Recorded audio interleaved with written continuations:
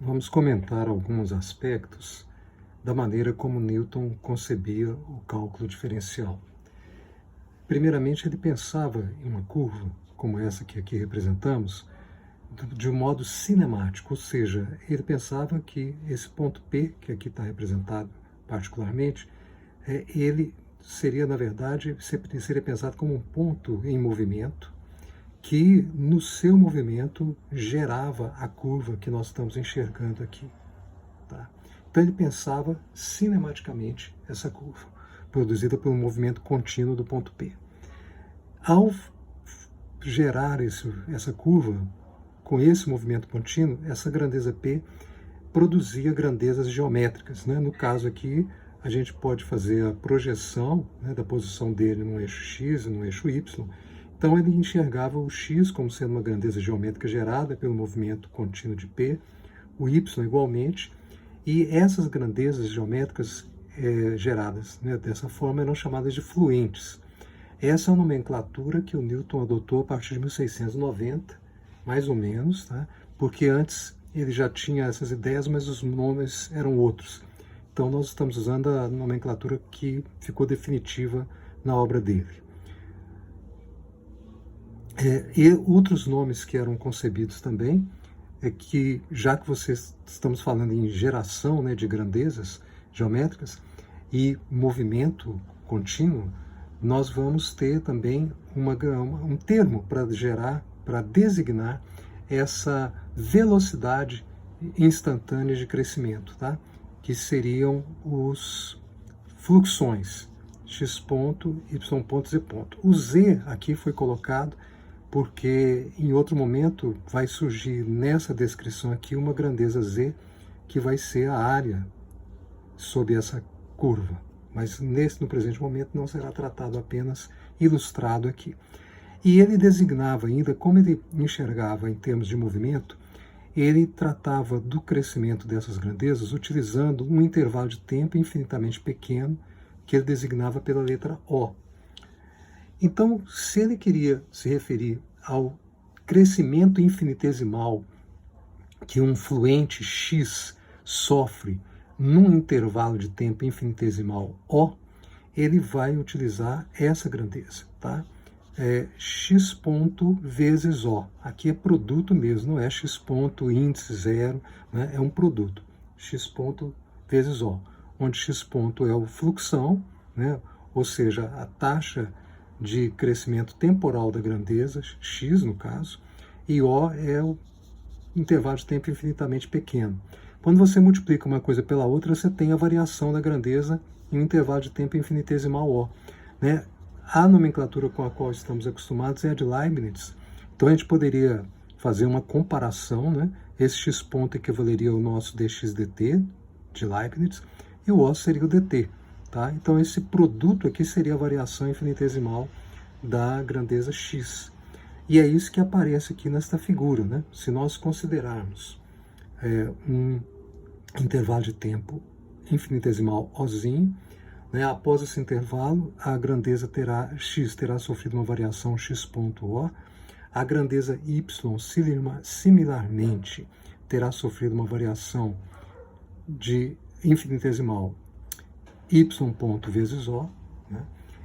E nós temos então essa situação mostrada aqui em que o ponto P passou para o ponto P'. Então essa era a visão que Newton tinha a respeito. Se o problema fosse determinar a inclinação da tangente a uma reta passando por dois pontos P e P' da curva, ele simplesmente adotaria aquilo que nós estamos acostumados. Né?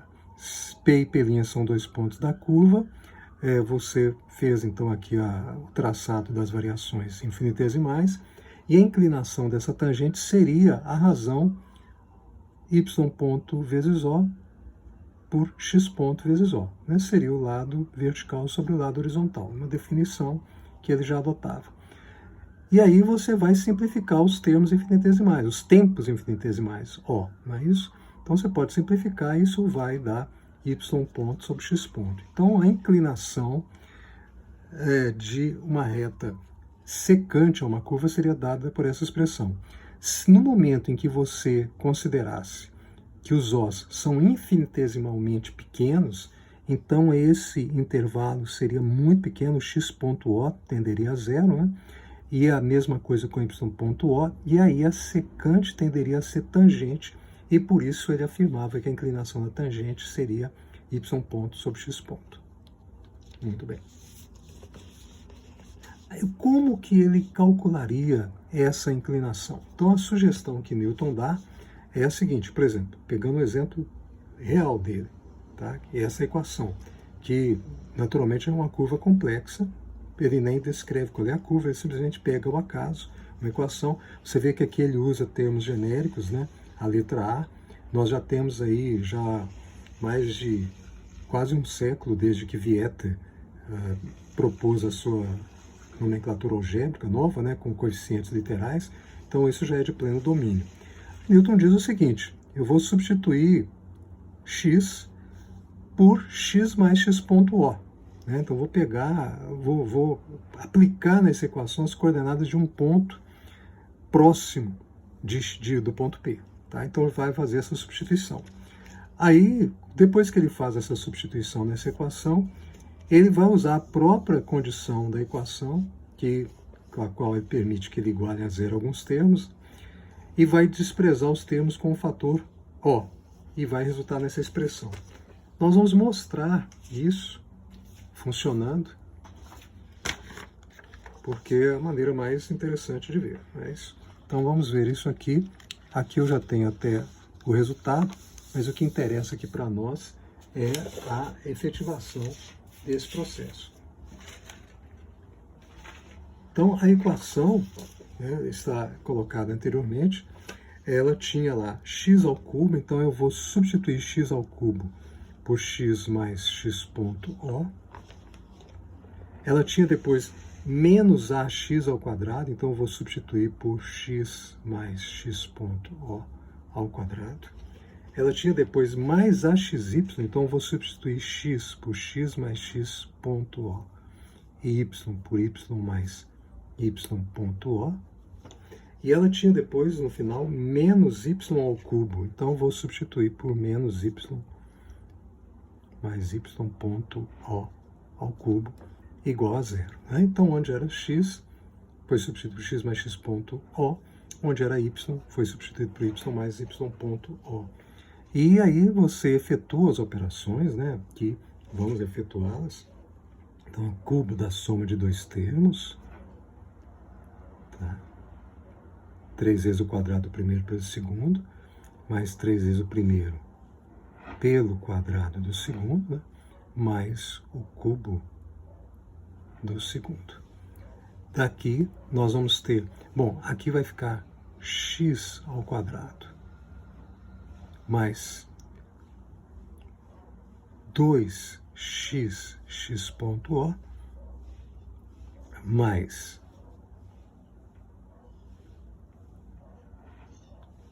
x ponto ao quadrado, O ao quadrado, mas tudo isso está multiplicado por A, né? Então vamos alterar aqui, vamos multiplicar por menos A, melhor dizendo, aqui vamos deixar também menos 2A, e aqui menos A, ok? Então, já fazendo a multiplicação. Tá? E, da mesma forma, ao fazer esse produto aqui, já incluindo o A, né, nós vamos ter aí a seguinte situação. Então, já reproduzindo. Tá? Sem maiores dificuldades. Né?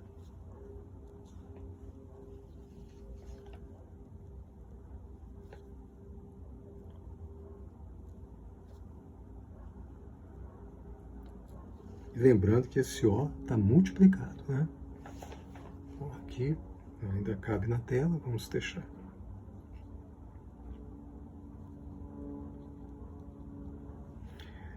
Vamos continuar aqui na linha de baixo, né? Falta o último termo aqui. Tem um sinal menos na frente, então é cubo da soma de dois termos. Nós vamos colocar o sinal menos aqui e já efetuando a operação devidamente. Da forma como já foi indicado antes.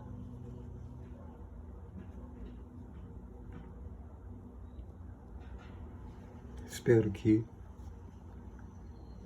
vocês confiram.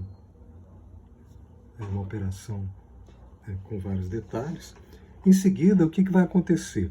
Nós temos aqui a própria equação aparecendo aqui, né? Você veja bem, x ao cubo, eu vou indicar aqui embaixo, menos ax ao quadrado, esse termo aqui, mais axy, esse termo aqui, e menos y ao cubo, esse termo aqui, esses termos somados dão zero. Essa é a condição da equação inicial, estava na primeira parte do vídeo, né?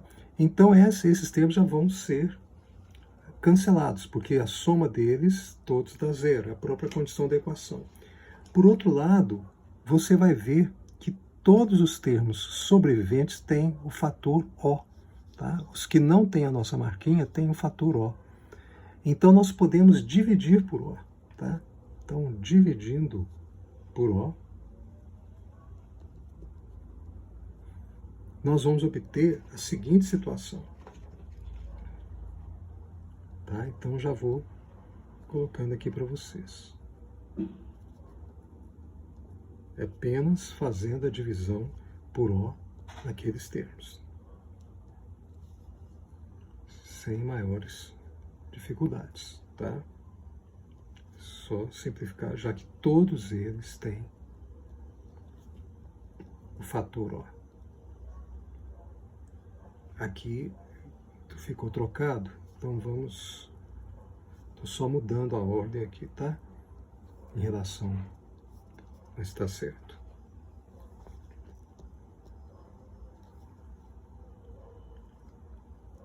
Então, né, isso foi obtido da equação anterior pela mera divisão por O. Parece que estão todos aí. Isso. Ah, está faltando um termo ainda, né, que é esse aqui. Esse último aqui. Isso. Acho que agora estão todos. Agora, o que nós fazemos? Esse O é infinitesimalmente pequeno, tá? Ele tende a zero. Então, Newton dizia, olha, como eu tenho termos onde não há o fator O e outros em que há o fator O, todos esses em que há o fator O eu posso simplesmente desprezar, tá? Então, eles vão desaparecer porque são muito pequenos comparados com os termos em que não aparece o fator O. Então, todos esses aparecem e a sobra, né, é a seguinte expressão. 3x ao quadrado, x ponto, menos 2ax, x ponto, mais ax ponto y, eu estou voltando aqui, ó, mais ax y ponto, menos 3y ao quadrado, y ponto, igual a zero, tá? Aí agora é só você colocar em evidência aqui os termos que tem x ponto, né, são exatamente os três primeiros, colocar em evidência os termos que tem y ponto, e aí você vai fazer, né, o isolar a razão y ponto sobre x ponto. Ao fazer isso, você vai obter exatamente o resultado que já está destacado aqui. Tá? Então é só você fazer essa álgebra que obtém a razão y ponto sobre x ponto, que é a inclinação da tangente naquele ponto P, né, cujas coordenadas são x e y. Então, na verdade, aqui é uma expressão genérica. Ele está obtendo a inclinação da tangente a qualquer ponto da curva descrita por aquela equação original, né, que está no início do vídeo, que é, só para recordar, x ao cubo menos ax ao quadrado mais axy menos y ao cubo igual a zero. Quer dizer, é a curva com essa equação, né, tem a inclinação da tangente dada por essa expressão. Então essa era a forma prática, né, com que o Newton agia para determinar a inclinação de tangente a curvas.